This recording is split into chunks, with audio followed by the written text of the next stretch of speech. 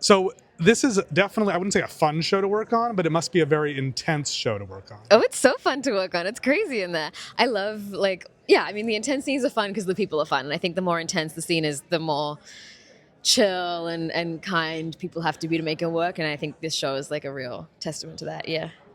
And I would say when I think of your character, what defines her most is nervousness combined with a sense of like, I do deserve to be here, which is not necessarily a great combination for success.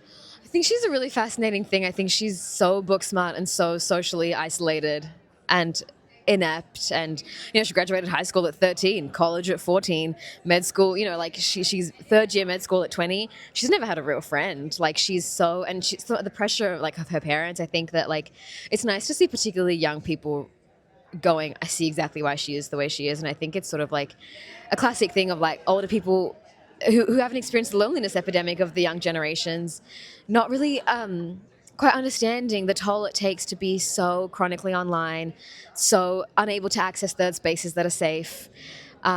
It's a really timely story of loneliness, I think, for her, and she's really representing that younger bracket of people.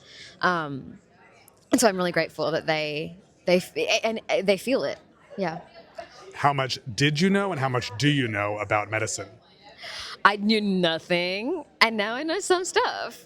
I do think some of the actors are like, I could intubate on a person. No, they could. Don't ever let an actor intubate on you. That is a bad idea. But we did a lot of, CPR, fake CPR, intubations, midline catheters, chest tubes, all sorts. Ultrasounding, figuring out how to ultrasound, how to stick a syringe in while you're ultrasounding and see what you're looking at. That stuff's really fun. Yeah. Who do you feel like you didn't get enough of a chance to work with that you'd love to in the future from the Dude, show? I've barely worked with a bunch of people. Me and Noah barely have scenes together that we really get to hang out. Me and Patrick never have scenes together. Also, me and Garen, who plays Whitaker, because the two med students never in the same room, it feels like. So there's a lot of people. But I think they're mixing it up season 2. I've had some scenes with people that are pretty new, so it's exciting, yeah. I feel like Dr. Robbie also would be exactly the right kind of support because he understands that someone like this character needs that extra bit of positive attention, not just everyone saying, you don't deserve to be here. Yeah, and to be fair, I don't think anybody really says you don't deserve to be here to her in the show. I think that's sort of a chip she has on her shoulder because of her parents. And they both work at the hospital. Dad's upstairs in endocrinology, mum's in surgery. I think she's got a lot of balancing of she's socially inept, but cognitively super, super special. And I think you barely get to see that cognitive stuff because medicine is such a social job.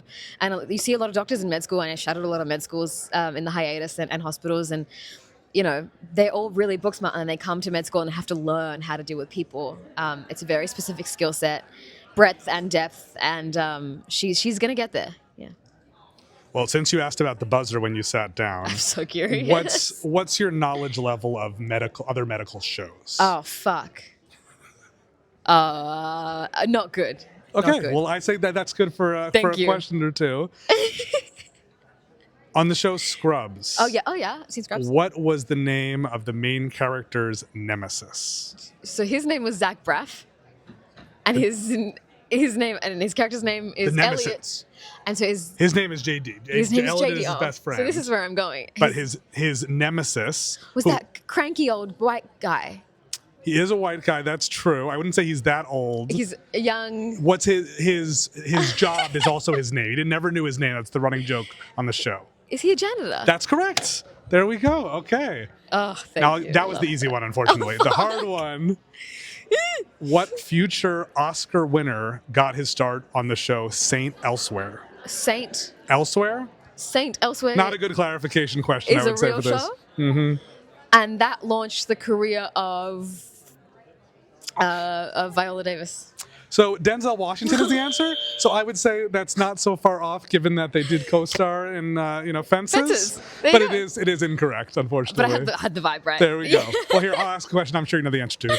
What are you watching right now? What do you like to watch on TV? Oh, what I'm watching so much right now. I've talked about every other Emmy nominated show already. I'm behind on The Rehearsal, and I started watching The Rehearsal a few weeks ago, and Jesus Christ, loving it. Nathan Fielder forever, yeah.